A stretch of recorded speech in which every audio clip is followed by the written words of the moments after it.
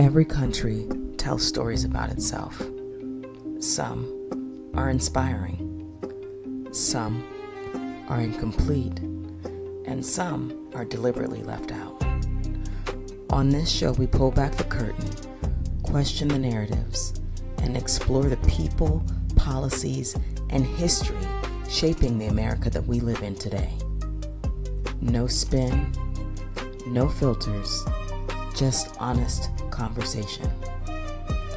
I'm your host, Breezy, with my co-host, Des the Diva, and this is America, No Filter.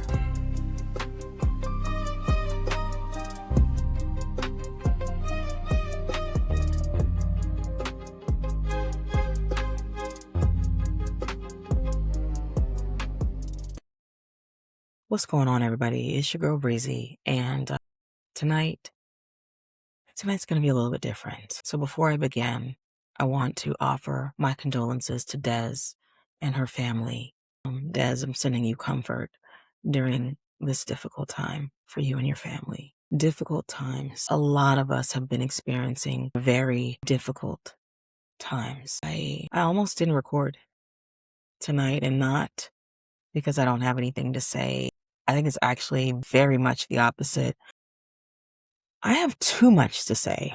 I am fucking tired. I'm angry. I've been angry for so long that I've started to feel like anger is my baseline. And I remember that there was a time, and Des and I talked about it, when I said that I don't feel like people are angry enough. How are y'all not upset about what's going on in the Middle East? How are y'all not more outraged at things that we see happening every day? How are we going to work? We're going to fucking brunch. We're going to concerts and watching TV and posting memes. Like, what the fuck is going on? Do you guys not see what's happening? But I think I'm starting to understand something. I think I'm starting to realize that people aren't quiet in this moment because they don't care. I think sometimes people are quiet because they fucking care too much and their nervous system doesn't have any place to put anything else to fucking care about. And I feel like that's where I am right now. Like, I don't fucking have the capacity to be any more outraged than I already am. Like, there's literally nowhere else to fucking put it. And it's not that any of this shit has become acceptable in any way. Like, this is fucking outrageous.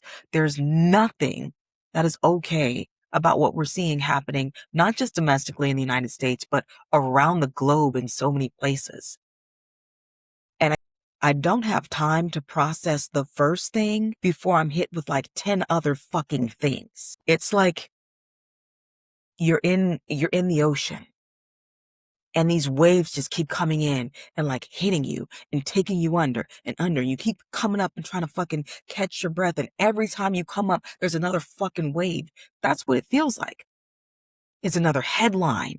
It's another death. It's another fucking fucked up court ruling that strips away rights and privileges that we have enjoyed my entire life. You know, it's another executive order calling for something fucking unconstitutional. It's another family being ripped apart. It's another right or privilege being challenged in the courts. Another suspicious Black death. Another senseless Black death. Another Black suicide. Another person being failed by systems and institutions that are supposed to be there to protect them. Another marginalized community being told that its very existence is some kind of political issue or problem. God, I heard about something a couple of days ago where a one-year-old baby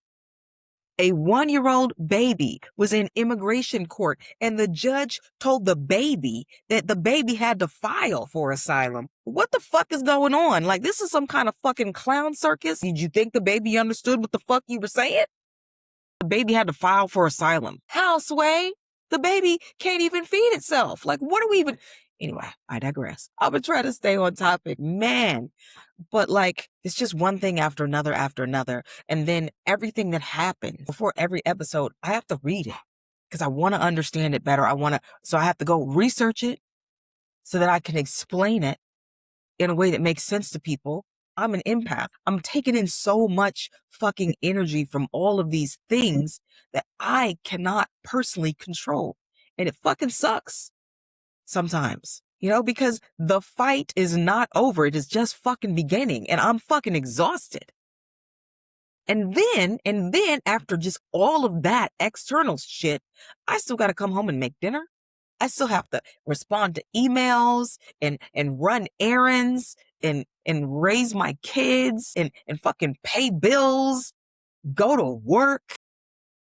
Fascism is not even on the way. Fascism is in the room with us. And then I gotta wake up and then fucking rinse and repeat and do the shit all over again. It's a lie. Baby, let's tell the truth. This shit is not normal. What's happening right now is not normal. Okay? And I think I've noticed it even in my physical body. So like over the last couple of weeks, I've been noticing something. Every now and then, I'll like get this strange vibration, like on my thigh or near my ankle. I wear a lot of like yoga pants with the pockets, you know what I'm saying? So I always keep my cell phone there. And so I like feel this vibration and then I reach down and I don't have a phone on me. And I'm like, that felt like the vibration of a cell phone on silent. Like, what the fuck was that? And then I'm noticing, I'm like, if it's in my ankle, obviously it's not a cell phone. So what is that? And so, of course, I do what I do when I don't know something. I fucking take to the internet. I go to Google and I search, right? And so as I'm doing this Google search, it's taken me to some very, very interesting places. Now, I don't know what this is that I'm feeling. Is it probably stress of some kind? Maybe, but that I'll figure that out with my doctor. But I came upon some things that I found that was very, very interesting and eye-opening. And I remember just yesterday when I went down this rabbit hole of trying to understand what's going on with me and what I'm feeling. I came across one word, weathering, weathering. So I was familiar with the term weathering as in like, a roof that has been weathered, which means it's been worn, it's been subjected to all of these different temperature changes and it's wearing down, right? So I knew what that meant, but I didn't know what it meant in terms of us, me, you, the human body, what that means in reference to what I may be experiencing, right? So all of a sudden I had like a name for something that I had been feeling for a long time. I'm talking years. Because I remember having a conversation with a coworker, Miss Pollard, when I was at Bird, and we were talking about how microaggressions and racism actually age Black people. I'm sure anybody that experiences discrimination, but Black people specifically, as we are two Black women having this conversation, it ages us internally at a faster rate than it does our white female counterparts. And of the study that was done, there was a study done on this. The average was about 7.5 years older of aging on the inside. So Black might not be cracking on the outside, but it is fucking us up on the inside. This racism, these microaggressions, all of this stuff that we have to internalize that we can't fucking get out, it's impacting us on the inside. And so tonight, we're going to talk about that because I can't be the only one who's tired. And I don't think that I'm the only one whose outrage has reached a point of exhaustion. And I damn sure don't believe that I'm the only one wondering what living through all of this bullshit is actually physically doing to our bodies. But I think before we talk about what it's doing to us, I want to acknowledge just a few of the things that we've been asked to absorb in this fucking moment. All right? And I want to be really, really clear. I'm not saying every injustice or thing that I'm about to mention is directly tied to Donald Trump. There might be some indirect ties, but everything ain't just him. It's the environment that him, his regime, and this toxicity has allowed to fester like a fucking pus sore and it's fucking bubbling over. That's what we're going to talk about. Because some of this is the direct action of his administration. Some of this are his fucking cronies. Some of this is the court system. Some are institutional failures like Congress that are not fucking doing anything in this moment to get us out of this fucking situation. Ain't nobody coming to save us. Like, some of these things reveal problems that existed long before Trump, and they will still exist after him if we don't do anything to fucking address them. It's the environment that has been created and allowed to grow. It's the accumulation of things. It's the atmosphere that we're being asked to fucking choke in every day with every single fucking breath. So we're going to talk about that. Today is August 26th, 2026. Today, the EEOC, the Equal Employment Opportunity Commission, a federal agency that's committed and created to enforce workplace discrimination laws, they voted to propose new rules that would significantly restrict the administrative process of federal employees to currently use and pursue discrimination claims. So the EEOC that was made to ensure that people are protected against workplace discrimination is now writing new rules to make it harder for people to pursue cases around workplace discrimination, okay? So the proposal would eliminate the automatic right to a hearing before an administrative judge in many cases, and eliminate mandatory mediation and restricting certain class and style complaints.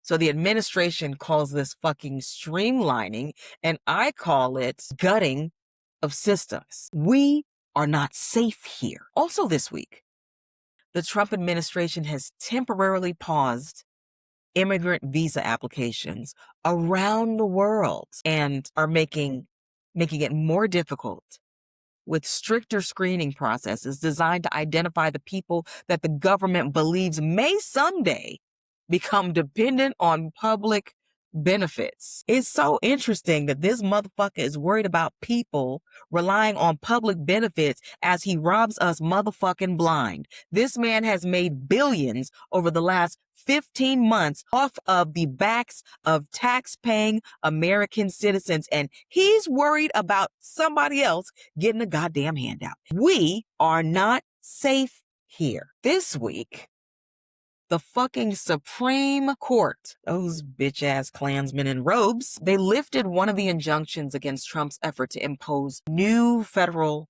requirements around mail-in ballots. So what the fuck does that mean? So there was an injunction, which meant that there was something that would stop or prevent Trump from imposing new rules around mail-in ballots. Well, why does he want to do new rules around mail-in ballots? Because he's convinced that there is fraud, even though we know that the only fraud is him, okay? The calls are coming from inside the goddamn house. So basically what's happening right now is he is under fucking water. He has the worst approval ratings that he has ever had from either of his presidential terms. And so in an effort to influence the midterm elections that are coming up and that are very fucking important, you better get your ass out and vote, have a goddamn plan, go to the polls, vote early, whatever you got to do, take a partner, whatever. He wants to ensure that certain groups of people do not get to vote so that he can maintain power, because he knows that when he loses these midterms, there will be impeachments. That is on the fucking way. He knows that. He knows he is done for, and he doesn't want that. But what I love about what's going on in these midterms is there are a lot of fresh faces, a lot of not fucking career politicians that are getting put into these roles. And we need to get more of those people in. Every fucking day people, everyday people, because we know what it's like out here. A lot of these politicians are out of fucking touch, and that's on whatever the fuck side of the aisle you claim to be a part of. Okay? So he wants to make it harder for Black people, minority people, women to vote, and people that are more Democratic leaning.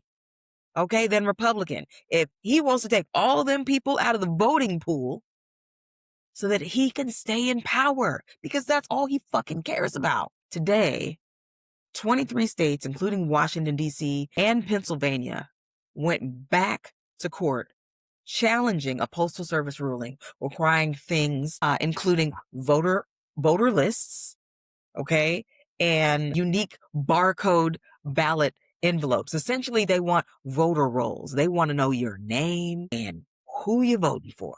They want to know so that they can actively discriminate against people. But we have quite a few states challenging that particular effort.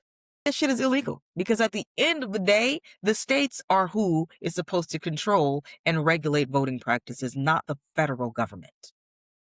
So this is still being legislated, and this is right before the midterms because, again, he is seeing the writing on the wall right now as far as his popularity, and he has isolated us from all of our allies. We have no one except is not real. And what the fuck? When access to your ballot becomes another thing that you have to watch for, we are not fucking safe here. 2 days ago, we learned that a wife of an active duty United States military sergeant has been deported to Honduras. A service member, somebody who is fighting for the United fucking States of America, their spouse was deported without any criminal history whatsoever. Her husband is a U.S. citizen, which means that she should be able to stay here. They have a 6-year-old daughter. They were attempting to regularize her immigration status, and her appeal was still pending. So imagine being the wife or the active duty service member or the daughter. What are they thinking? What is he supposed to think? I'm serving this country. This is the country that I love. And they deported my wife. My daughter doesn't have her mother here. And this was done by my own government, authorized and stamped by his commander-in-chief. We are not safe here. I read about Elsie Dominguez. And I want to correct something because I think the facts are important. Elsie Dominguez is a former service member, Navy sailor, whose criminal rape case against her alleged attacker was dismissed by a judge. You know why? I'll tell you why. Because it's really disgusting. Dominguez was a civilian working aboard a military sea lift command, and she was also a reservist lieutenant commander. And she says that while she was serving aboard the USNS Carson City, the ship's civilian captain used a master code to enter her private room, and he raped her in her own bed. She later sued the United States, alleging that the Navy failed to protect her and properly care for her. Now, because if she had been active, I don't even think she would have been able to sue, because I, myself, am a former service member, and I experienced sexual harassment by my direct supervisor for, about 1.5 years. So when I heard this story, it saddened me, and I'm also not fucking surprised in any way, shape, or form because of my own experience. I was told I could not sue for what I experienced. So that civil lawsuit, it's not a criminal prosecution, obviously, because there is civil law and criminal law. So in her civil suit, it was ultimately dismissed. The Department of Labor argued that her alleged injuries fell under the Federal Employees Workers' Compensation Act because she was injured, allegedly, while at work. Give me a fucking break. Her attorney's argument was essentially, okay, so if you dislocate your shoulder aboard a ship, that would constitute a workplace injury. Being sexually assaulted and raped in your bed is not a worker's fucking comp claim, you bitch. Anyway, this woman has spent years fighting the federal government over whether the trauma that she says she suffered belonged in a courtroom or a workers' comp claim. We are not safe here. Last week, the judge who presided over the murder trial of Karmelo Anthony was removed from all post-trial proceedings after publicly commenting that the jury had gotten the verdict right. I thought, motherfucker, you was supposed to be fair and impartial.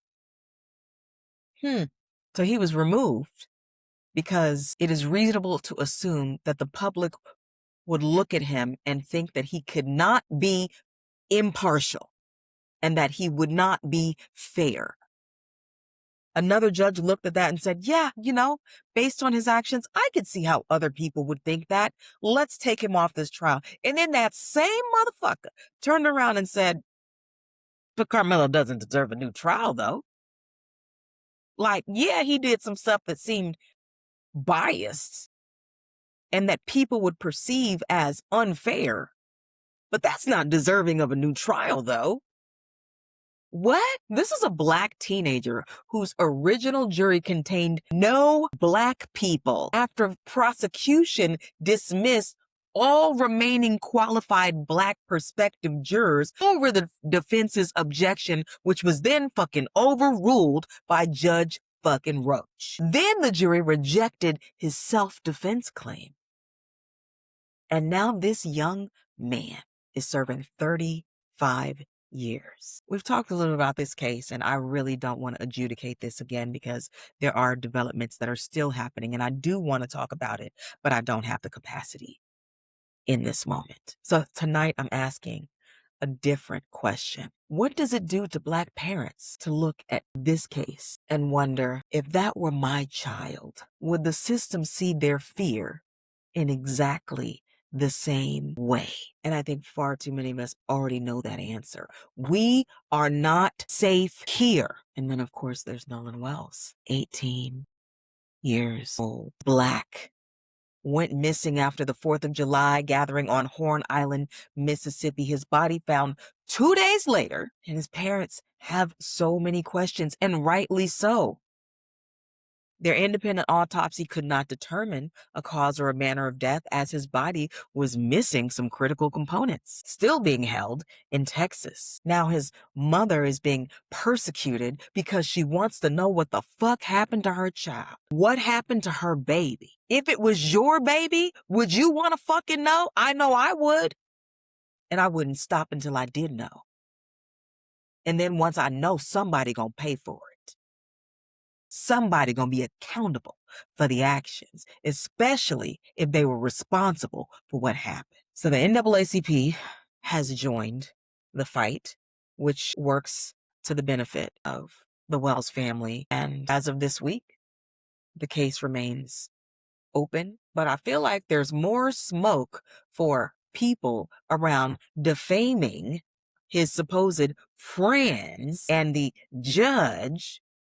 There's more smoke for that than for what the fuck happened to Nolan. And what I didn't say there, I didn't say that Nolan was lynched. I didn't even tell you that somebody murdered him, because we don't fucking know what happened. But when a Black family loses their 18-year-old child under unresolved circumstances, with all of this shady shit, indirect communication, nobody contacting them, talking about their son being missing, nobody calling them and being proactive, people acting real sus, it's really hard to think, well, this was just some kind of accident. It just makes you question the sequence of events. And I think it also does something to every single Black parent watching this. We are not safe here. We're being told that the economy is booming and everybody simply just needs to work harder. SNAP enrollment fell from approximately 42 million people in May of 2025 to 36.6 million people in May of 2026. There's 6 million less people, and new eligibility and work requirements are enacted under Trump's 2025 reconciliation law. And that is what's contributed to the significant decline. Because when I tell you the hoops you got to jump through just to get a little assistance was already challenging. And now they're even more so because they don't like anybody eating off the government while they sit there and get grotesquely, morbidly obese off of eating off of the people. They don't give a fuck. The Congressional Budget Office now projects the changes in the law will result in 13.1 million people less enrolled in Medicaid by 2035 and reducing federal SNAP spending to about $211 billion overall over the coming decade. So when food and healthcare become harder to access for people that are already fucking struggling, we are not safe here. And that's not even to talk about all the fucking food recalls. What can we even goddamn eat? And water is running out in places, whether it's these data centers or something else. We're running out of essential resources that we need to survive. We are not safe here. Somebody decided that diversity was the problem. And I think that's wild as hell, because there are statistics that will tell you quite differently that diversity is actually the thing that makes us great.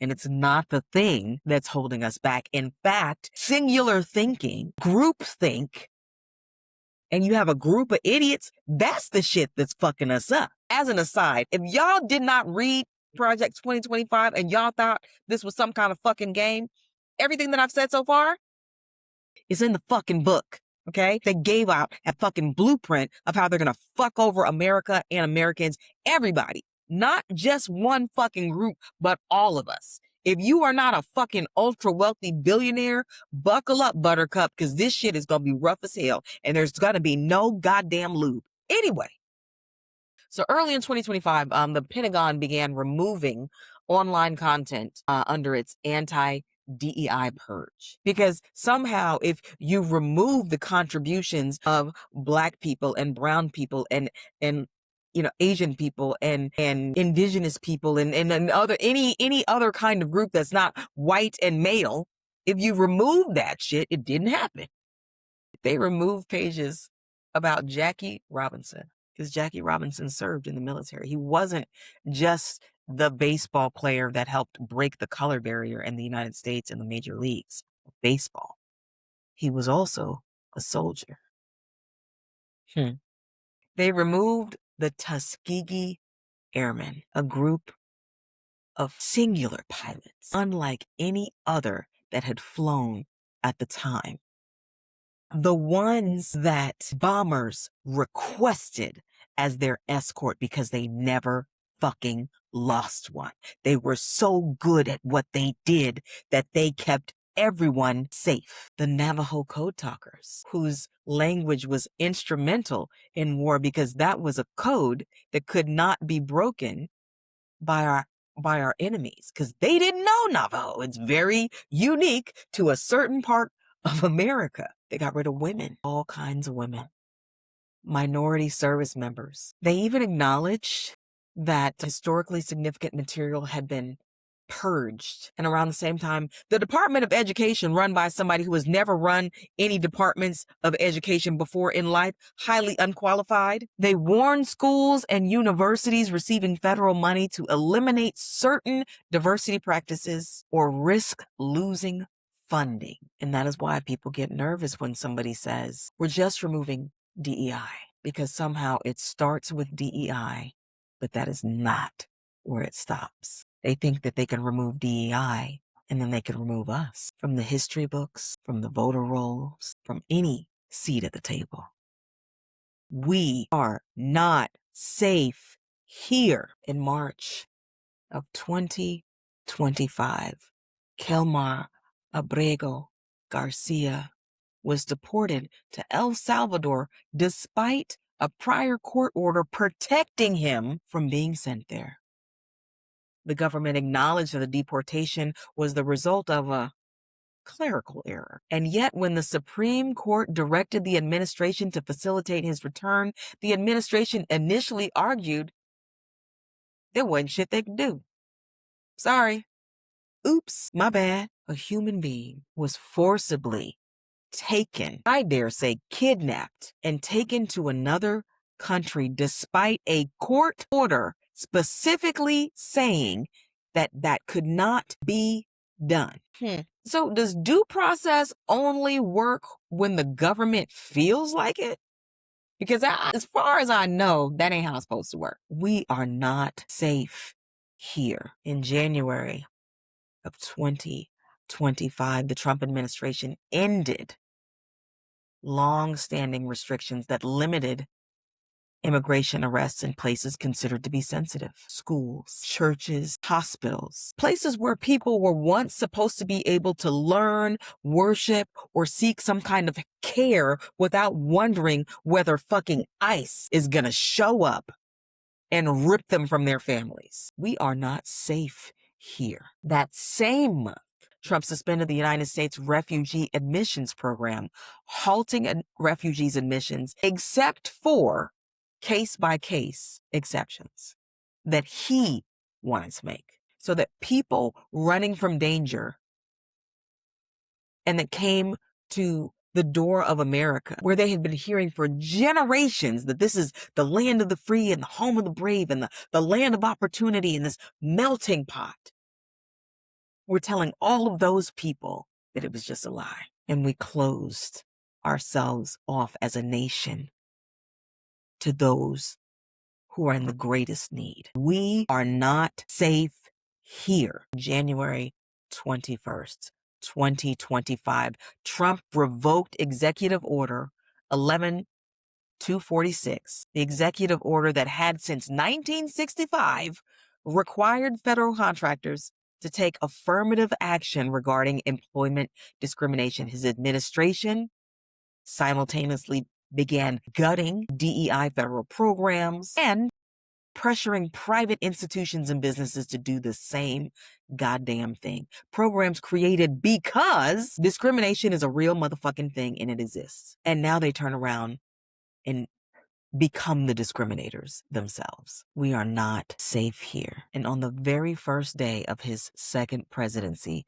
Donald Trump issued sweeping clemency covering roughly 1,500 people charged and convicted in connection with January 6th, including people convicted after violently attacking officers that were charged to protect the U.S. Capitol. So before the administration had even been in office for 24 hours, one of his first messages was about who gets to receive mercy for their criminal behavior. At the end of the day, I think he was just letting his cronies out because he wants to build himself a MAGA army. That's my personal opinion, but I do know that we are not safe here. I could keep going and going. And that, I think, is the scary part about this, because I could keep going. I can give you 20 more. I mean, there are 1,000 things that I could say, and probably 1,000 more that I've already forgot that he fucking did. Like bombing people indiscriminately in the Gulf, saying that they were drug traffickers, kidnapping the president of Venezuela and his wife and bringing them here. They've been here for how long? Where they at? What's going on with them? Bombing Nigeria and Sudan and Iran, starting this war that nobody asked for. Trade wars, tariff wars, isolating us from all of our allies. Like, I could go on and on and on and on and on and on and on. And are you fucking tired yet? Seriously, are you tired yet? Because I just spent some time naming just some of the things that we've been living through these last 583 goddamn days. Some of us have been living this for 583 days. And then there are others of us who have been living some version of this fucking hell our entire lives. So maybe the problem isn't that we're not angry enough. Maybe the problem is that the human body was never designed to metabolize this much threat, pain, anger, anguish, hurt for this long. So what is weathering? Public health researcher Arlene Geronimus developed the weathering hypothesis to explain something that researchers kept seeing.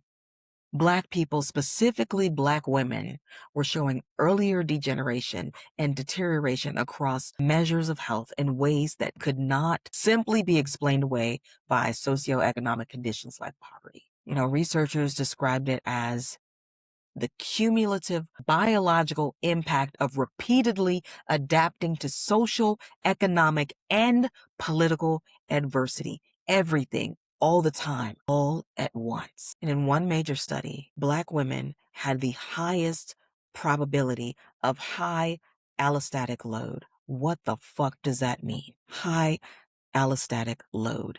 That means you are in this fight or flight mode for prolonged periods of time. As we know, and if we don't, I'm telling you, fight or flight mode should be for a moment, for an instant. Fight if you have to, or flee to avoid danger. It spikes, it goes up, and then it comes down. For a lot of Black women, it goes up and it stays up for very long periods of time. And that becomes a constant state for us. That's what I mean by high allostatic load. But I think here's the thing that got me, because not only was it poor Black women, because poor Black women had the highest allostatic load, but also non-poor Black women were almost on par with women who didn't have the same economic resources. So money helped a little bit, but money did not erase the psychological burden of living in a race-conscious society that Black people, Black women specifically in this study, have experienced. So money couldn't erase everything else that we have to fucking deal with on a day-to-day basis. So money didn't make the difference. It's the environment. And no matter how much money that we have, we can't escape the environment, because the environment itself is the toxin. I don't know about you, but I was born here. I've been breathing in this toxin from the very first moment I was able to breathe. So again, allostatic load. When something scares you, changes your heart rate, your blood pressure changes, your stress hormones activate, your body gets ready to fight, flee, or flight, freeze, or fawn. Fight, we all know what that means. Flight or fleeing, running away. Freezing, you're so scared you don't know what to do. And then fawn is you're giving up. You're doing like some animals do when, like lions, if one is defeated by another, one will show its belly in kind of a I give up phase. So that's fawning. Like, just your body does whatever it needs to do to fucking keep you alive. That's the point. It's the beauty of the system. When that trigger shows up, it knows I can do this, this, this, or this. And it's going to choose whatever I feel like I can do to keep me going. The problem comes when the trigger doesn't leave, because the trigger is fucking constant. It's everywhere and in everything, and it's all the time. It's all around us. That is the problem. When the threat is Monday and Tuesday and Wednesday and CNN and Instagram and a traffic stop and flock cameras, and he just was selling a bottle of water, and child school, and the workplace, and the election, and the courtroom, and the doctor's office, and the bank account, and another headline, and another video, and another hanging Black body, and another woman, and another child, and another right. Your survival system keeps being asked to adjust until the point where it's like, what am I adjusting to? Because this is our normal. This is our normal. It can't adapt anymore. That's what I'm talking about. That's allostatic load. That's weathering. And weathering does something else. My God, it changes us down to our DNA. It was described on Google as like the ends of our DNA have these tips. And like on your shoelaces, how it has that little plastic around it to like keep the lace from like fraying. The weathering is like that. The caps on the end of our DNA strands that keep it from fraying start to deteriorate. That's what's happening to us in real time. having to deal with all this shit all the fucking time. Ain't that shit crazy? When I heard that there was a word for all of that I've been feeling for fucking years, I cried. Like silent tears just started washing down my face because I'm like, God damn, there's a fucking word for this? There's a word for this? Of course there's a word for this. Of course there is. Because this is America. Yeah, I found a study that stopped me cold. Because see, researchers looked at Black women and white women ages 49 to 55, and they examined their telomeres, which I was just talking about, those caps. The caps on the end of our DNA, they're chromosomes, and they are associated with cellular age. Remember when I was telling you that Black people age internally faster, Black women, it's been shown in a study. Well, this is what it's talking about. The sample estimated that Black women are biologically about 7.5 years older based on their telomere length internally at a cellular level. So while Black don't crack on the outside, these microaggressions, this racism, this having to hold all of this stress on the inside of our bodies is aging us on the inside, even if it's not showing on the outside. And that study didn't say all Black women are 7.5 years older. Not all Black women, but the Black women in that study, that was the average age. So I'm sure there are some that are even biologically older on the inside and some that are biologically younger on the inside, depending on what stressors that we are intaking and internalizing and making a part of our biology. But they said that the estimate was precise to that particular group, but that it could not definitively say that that applies as a blanket application across Black women everywhere, especially Black women in the United States of that age group or any age group. There's definitely more research that needs to be done. But any perceived stress and poverty, that can always explain part of it, but not all of it. So when we say as Black women that we are tired, stop fucking assuming we talking about sleep. Because though I am a single parent of twin 5-year-olds, and that is exhausting, that's not the kind of tired that I'm talking about. I am a Black woman. I'm a veteran. I'm a part of the LGBT community. I'm raising children. I live in the southern part of the United States. I was born here. My family is from here. And every one of those different parts of my identity are things that I have to pay attention to. And then, I have to add empathy because that's who I am as a person. So whether you identify as being an empath or you're simply somebody who is functioning with a lot of empathy, some of us cannot just watch other people suffer and then file it under, that's none of my business. I feel like I can't just fucking look away. There are times where I want to. There are times where I want to care less, but I don't know how to do that because I feel it. Every time I see a story, it fucking pains me. Every time I see a video or an image of something that is wrong or unjust, it does something to me. I imagine the parent, the family, the child, what they're experiencing, what they're feeling in those moments, the fear that they felt. And then how would I respond if I was in that exact same situation? Because see, there are multiple sides to this woman. Again, I am a military veteran. There was one part of me that's about that life. And then there's another part of me that's like, I have to do what's best for myself, but also my children. I have to protect them. That is my job. It is my duty to protect them. And so I can't always be the bout it person that I was. I have to temper that in a way to protect them as well. So the accumulation of all of these things can impact your body, your physical health, your mental health. And goddamn, my mental health is fucked with all of this. This is a lot. This shit is heavy. Heavy. It's hard for me not to care about things that are 1,000 miles away. Because I know that The evil that people do there could easily be the evil that people do here.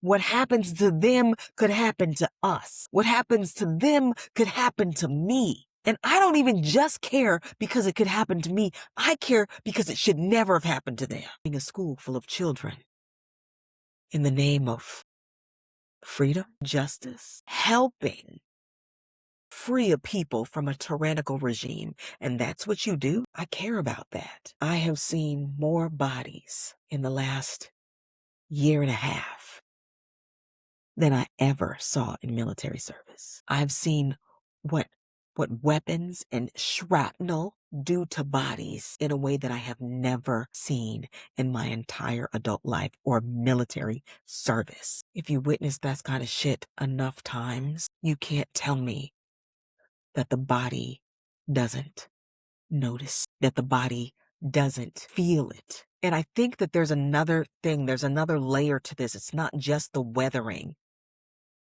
It's another phrase that I came across in my research, and it's called moral injury. And I think that this comes out of not just my personal military experience, but I am a daughter of an Army officer, and not just any old Army officer. My father was an airborne ranger. My mother, a registered nurse. So I've got a father that fights for this nation and a mother that saves lives. I come from a service family.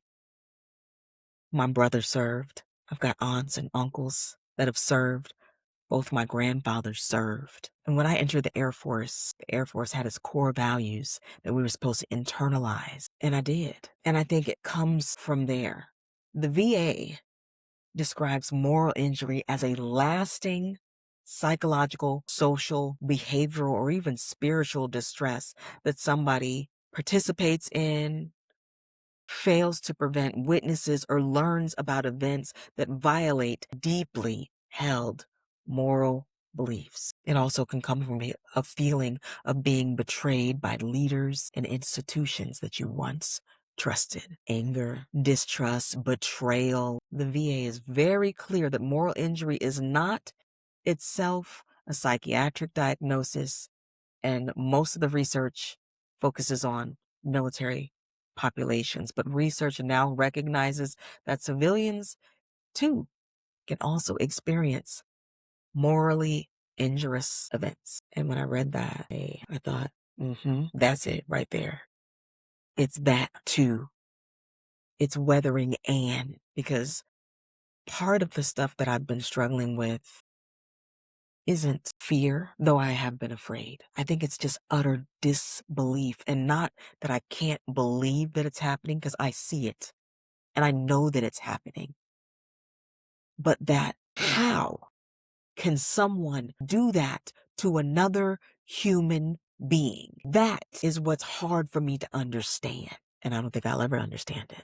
Because how can you harm someone in that way and feel nothing? I don't understand. How can you rip a family apart and then go grab a beer later and laugh about it with your bros? How can you deport the wife of somebody serving this country on active duty? How can you look at somebody who has served honorably and then tell them that their identity is incompatible with military service? How can you deport the father of an active duty service member who has been on a prolonged deployment on the USS Abraham Lincoln? How can we call ourselves the land of the free while we're constantly debating which people fucking deserve freedom? Now, as a Black person, I've always known that those words were false. Those lines were lies. We learned that before we learned almost anything else. It's the mask that America has worn for years. And now the world sees what we always knew about this country. That it was propaganda. It was all part of the show. How is it that institutions that were specifically created to protect people from the government and from mistreatment, how is it that those very institutions are the ones that are causing the harm? I keep trying to reconcile what I was taught versus what I know. And I'm not saying that there has never been anything good about America, because I think that there are some things, but what we're seeing now has nothing to do with greatness. And there's no way to reconcile what's happening. I think there is a disconnect between the life I thought I'd be living in 2026 and the reality of 2026. See, when I was a kid, I used to think that the future was going to be advanced, that we would never again circle back to times that we'd already passed. I didn't envision that in my future, I would have to fight for the same rights that my grandparents had to fight for. I didn't think that I would be the first generation of my family born with civil rights and also the last. I didn't think that when my kids were born in 2021, that they would have less rights than I had when I was born in 1980. That conflict has a cost and it's taken a toll. So no, I haven't stopped caring, but I am experiencing a point at which I don't have the capacity, that I am saturated with so much chaos and crazy that it's hard to decipher it all. And maybe some of you feel that way too, seeing terrible headline after headline after headline, and instead of screaming, you just look at your phone and you scroll to the next terrible thing. No tears, no posts, no arguments, no comments. And then you feel guilty for not feeling more. Why am I not more upset about this? Maybe because you never stop being upset. You've been upset for months. Your nervous system may have simply just stopped giving you a new alarm for every fire, because everywhere you look, there are fires. That doesn't mean that you don't care. See, numbness doesn't come from not caring. Sometimes it's a result of caring too much for too long. So we've identified the problem, but what can we do about it? Can this be reversed? If chronic stress can affect us physiologically, is there a way to fucking undo this shit? And I don't have a definitive answer. I think that it's complicated, just like everything else in this world that we are living through right now. Science cannot definitively promise that there is something that will magically erase all the years of cumulative stress and exposure to toxicity, which is some of our everyday life experiences. It can't undo all of the damage that may have been done to various biological markers and snap you back to where you were or where you would have been had you not encountered any of this stress and you'd lived in some kind of alternative universe where none of this bullshit existed. But there is some research that suggests that exercise is associated with better telomere maintenance, and that sustained physical activity can have positive effects. So maybe go for a walk, go for a jog, go to the gym, go box, go hit something, move your body. I think another one, rest, sleep, allow your body the chance to recharge. That's one of the National Institutes for Health's recommendations for any type of chronic stress condition. Sleep, movement, social support, community, finding a way to relax, prioritizing the things that are important, setting boundaries, setting limits on how much you will ingest, how much you will take in. Therapy, hello. I'm in therapy every week. Professional help if you need that. But I do want to be clear here. I don't want to say that that our responsibility for structural violence is a personal wellness program, because that doesn't stop the violence, which is the adjutant. That the wellness assignment helps you cope and helps you deal, but it doesn't solve the problem, okay? Because the violence is the problem, and taking care of our bodies doesn't stop the violence. It just helps us cope with it better. So I would never sit here and just tell Black women specifically that maybe we should just meditate more and then everything else will take care of itself. No, because the issue is the thing that's causing the harm. Because No amount of fucking breathing exercises is gonna make racism go away. It's not gonna make racism acceptable.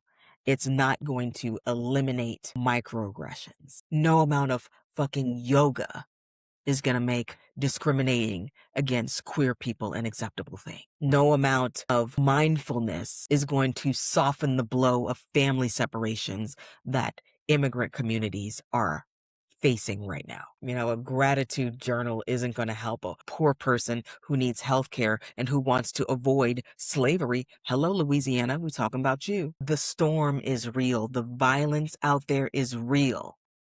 And the answers to those things can't simply be, let's teach everybody to be more mindful and teach everybody how to breathe through a storm or how to find the calm in the storm. That is not going to stop the storm. What we have to fucking do is change the goddamn weather. And while we're changing it, we still have to keep ourselves alive. So both of those things can be true at the same time. So one of the things that you can do when there's a storm, you can find shelter. Shelter is your protection from the storm. And when I say shelter, I'm saying, how do we make each other safer in this moment? Because we know that laundry list of things, that wasn't just things that happened to Black people. That's things that happen to everyone. We are not safe here. But what can we do to make each other safer in this moment, in this environment, in this time that we find ourselves in? Because I don't want to say everything that I just said and then be like, I don't know what the fuck else to tell you. This shit sucks. We're cooked. Peace. Because that doesn't help anybody. Because I think one of the other things that research always tells us is that social connection matters. And I think that's one of the biggest things that we could take away in this moment. People with strong, supportive relationships, whether they be familial or chosen family, friends, whatever you want to call it, tend to have better health outcomes, greater accountability, and they have a greater ability to manage stressful situations longer and live healthier lives because they have that support system and that community around them who is going to check in on them and make sure that they're good while you're also checking in on your people and making sure that they're good. I think the CDC describes like social connectedness as something that supports healthy communities and overall community health, safety, and resilience is to be connected, especially in a world that leaves us so disconnected and with distances between us. We need to erase that shit and come together. So community isn't just some kind of like an umbrella term or some kind of fluff that's like, this is gonna fix it. No, like it's a real thing. So it's not just, friendships that you have. Community is also fucking infrastructure. We need to start treating it more like that. Like building, everybody needs to have at least a network of 5 people. I'm not talking about like virtual people, not to say that you can't have anybody from the internet, but like not 500 followers on Instagram. But that's not the type of community I'm talking about. I'm talking about people that you know and that know you. Somebody that you can call at 2 a.m. if you need to. Somebody that could pick up your child if you weren't available. Somebody who knows where all your important documents are if they need to grab that shit for you. Somebody who knows what the fuck kind of medications that you take. Somebody that can get into your house if you need them to. Somebody who will notice if ain't nobody heard from you in a while. Somebody who will tell you the truth even when you're afraid to hear it. Someone who will fucking come looking for you if you can't be found and you haven't been seen. But I think equally as important is who can list you as a person like that? Who can call on you if they need you at 2 a.m? Or if they need you to come pick up their kid because they can't, or if they need you to run to their house and grab something because they need it. That is what I'm talking about as far as community. I think the other thing that we can do and that we must do in this moment, do not be the only one like you in a social group any fucking where you go. Don't be the only one. And if you are the only one, you need to get the fuck out of there. It doesn't mean that you can't have diverse friendship groups.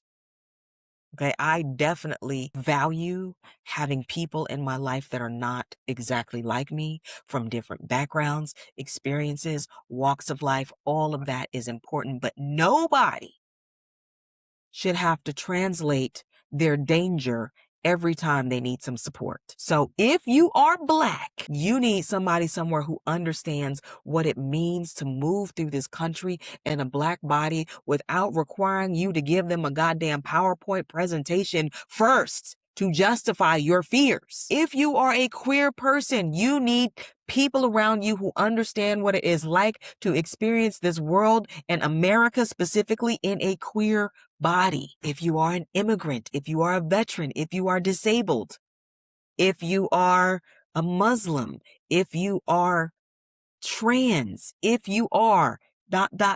any of these things that other you deserve to have someone, some group of people, a community where your reality doesn't have to be debated before it can be supported. It doesn't mean that you isolate yourself and you cut yourself off from everybody that is different from you. That's not what I'm saying. I'm saying that know your surroundings, be self-aware, because as we have seen, it is not safe here. You need to be with people who understand your experience. It doesn't mean you can't associate with anybody else, but don't do it by your fucking self. You know, you don't even have to invent community from scratch. Go to where the people are.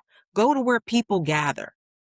Look around, find groups within your neighborhood, parent groups or homeschooling groups, veterans organizations, Black professional organizations, Latino organizations, LGBT organizations, mutual aid groups, faith communities, food banks, book clubs, neighborhood resources, sports leagues, art organizations, community gardens, volunteer organizations, professional associations. Community is literally everywhere. But start showing up to those places and show up so much that people start to know your name. They know who you are, so they will notice your absence if that should ever occur, and they will check on you. Community isn't something that you only need to build in case of emergency, or because there is an emergency, or even during an emergency. It is built every single day on days where nothing happens. But you really want to start building that community before the emergency, before you need those people. So if you haven't done that, do it now. And don't fucking go anywhere that is potentially high risk by yourself. If you're protesting, go in a group. If you're attending public hearings or meetings or, community events, go with someone. If you're somewhere where there's likely to be a confrontation, don't go alone. Take somebody with you. Know where each other is. Don't leave nobody stranded on no fucking island because they wanted to talk to some girl. Have a meeting point, a rally point if you get separated. Have somebody outside of the situation who knows where you are. If you are somebody, location, turn your location on, share it with the people that you love so they know where you are to the minute and they can track you if they need to. Understand how you're getting home. Being safe and planning for safety is not paranoia. It is preparation. And in this time, baby, you need to be prepared.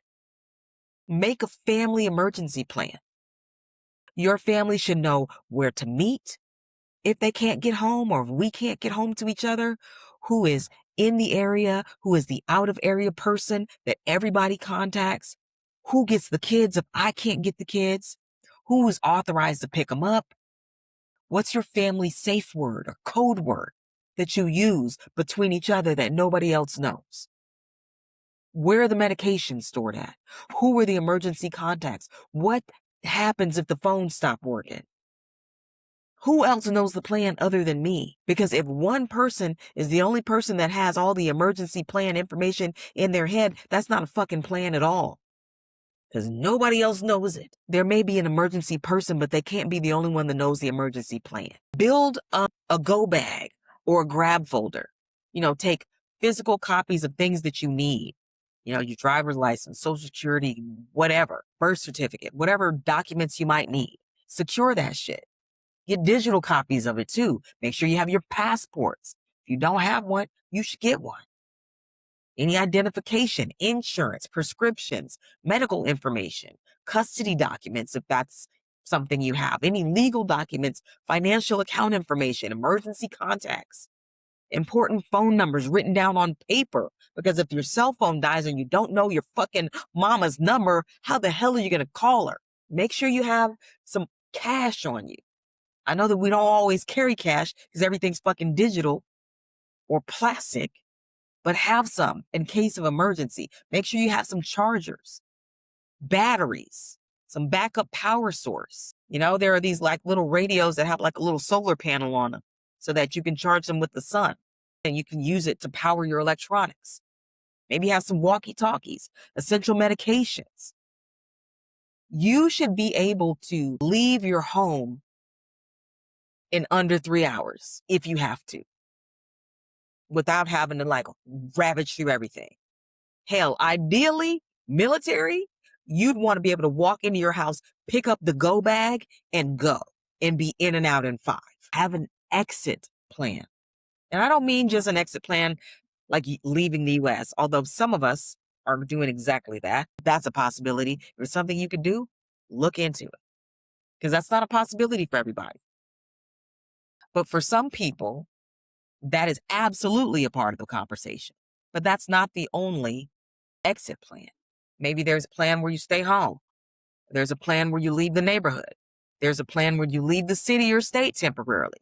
There's a plan where you leave the country if circumstances ever get that far. You have to plan for this before the emergency happens so that when it does, you already know what to do. And you can decide what type of emergency constitutes what type of response. Not we just gonna ride this shit out and see how it happens. Or when things get really bad, I'll figure it out. Hello? We already there. Define what bad means to you.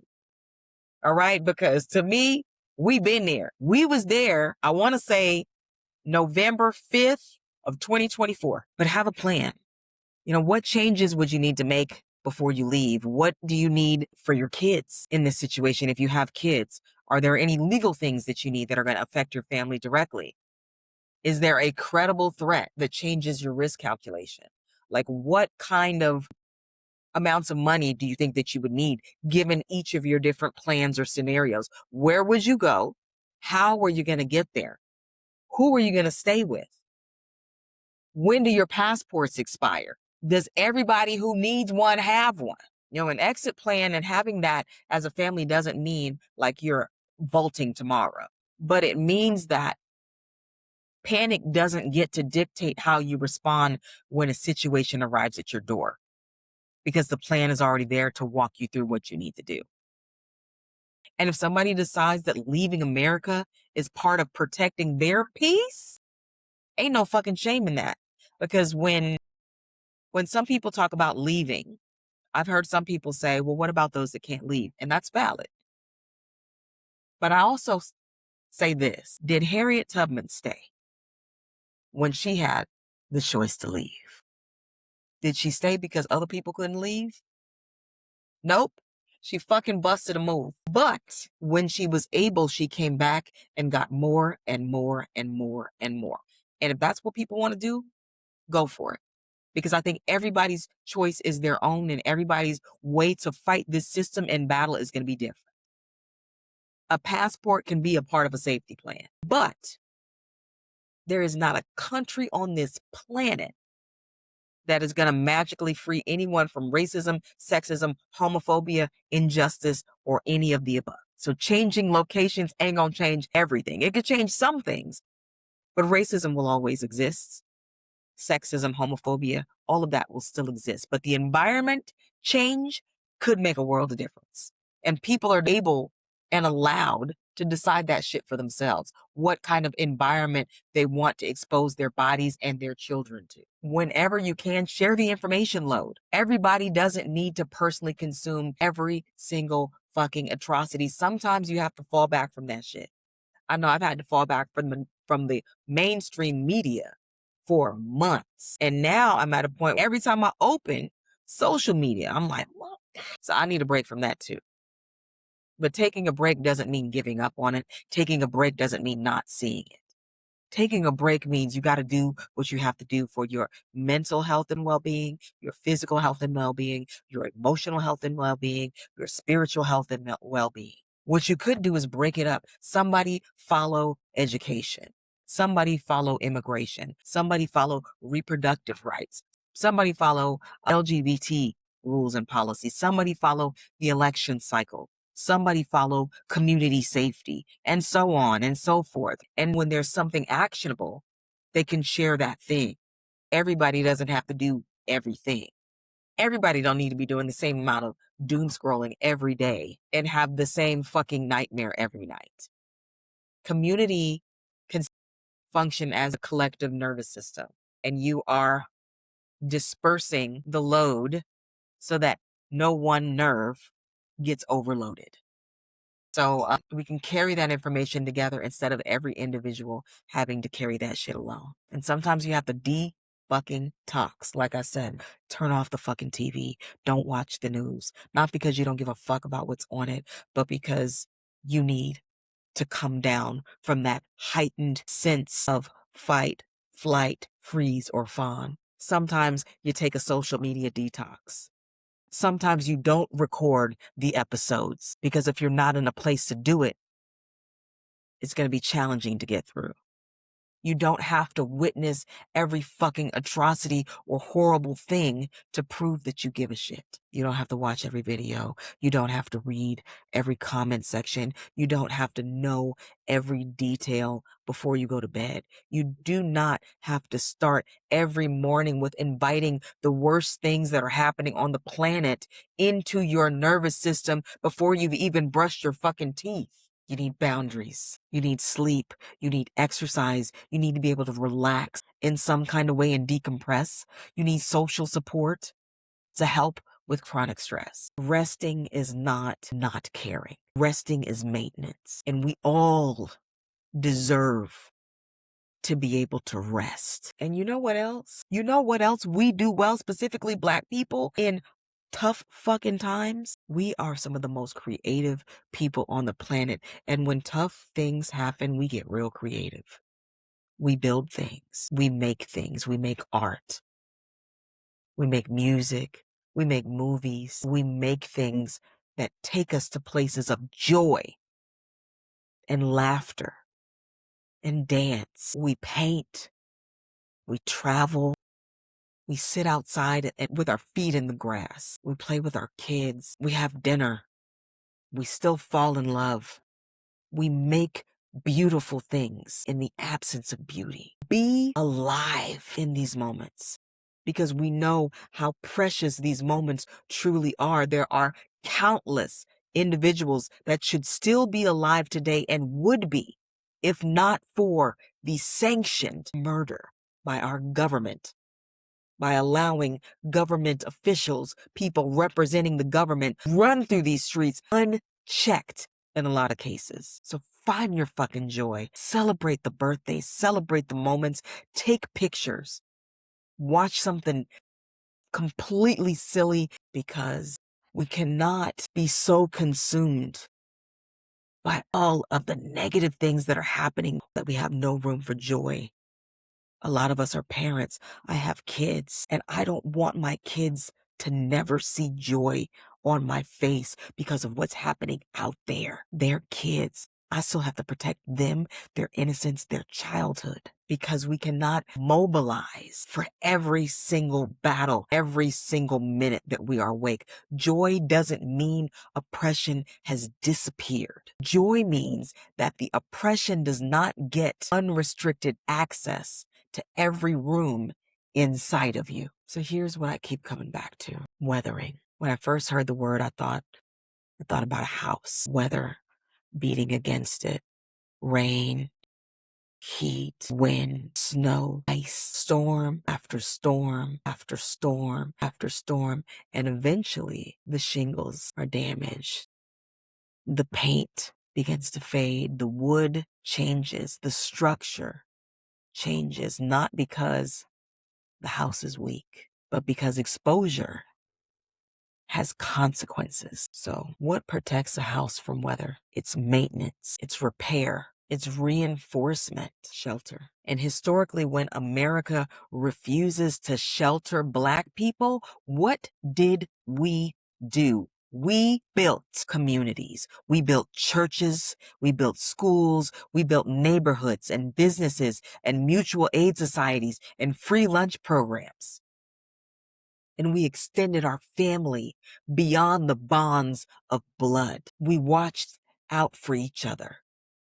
We looked out for each other's children. We fed one another when we were hungry.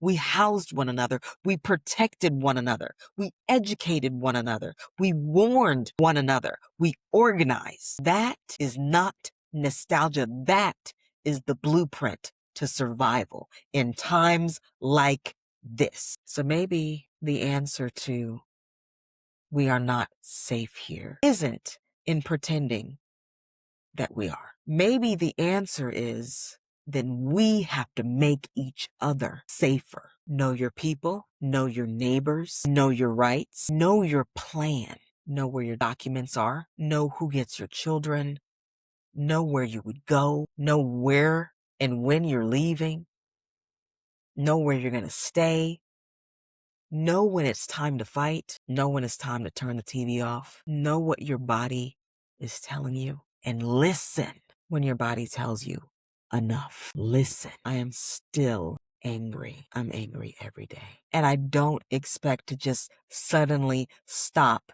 being angry because I've recorded this. But I am beginning to understand that I cannot destroy my own body trying to prove how deeply I care about what's happening to everyone else. Neither can you. Your exhaustance is not evidence that you've stopped caring. Your need for rest is not political apathy. Your joy is not betrayal. Your boundaries are not selfish. Your community is not optional. Your emergency plan is not paranoia. Your exit plan is not cowardice.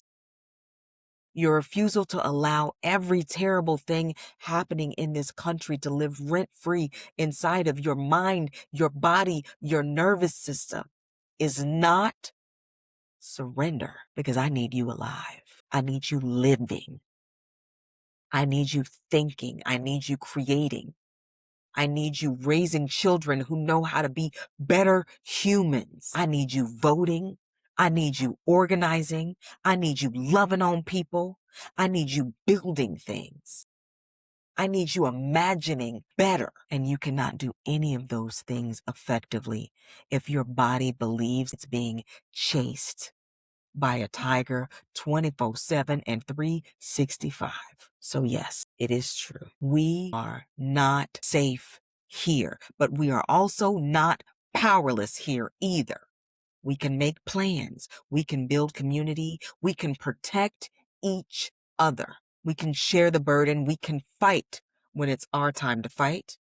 We can rest when it's our time to rest. We can stop apologizing for needing to do both things, because maybe the opposite of weathering isn't pretending that the storm has passed. Maybe it's making sure we have a strong shelter. And if this country will not be the shelter for everyone, then we're going to have to become better at building shelter for ourselves and for each other. We are not safe here. So find your people, build your circle, make your plan, protect your body, protect your children, protect your fucking peace. Share the burden, share the load, and make yourself a place where somebody you love can finally breathe. Exhale. Baby, let's tell the truth. I want to hear from you, and not about whether you're angry. I think we've established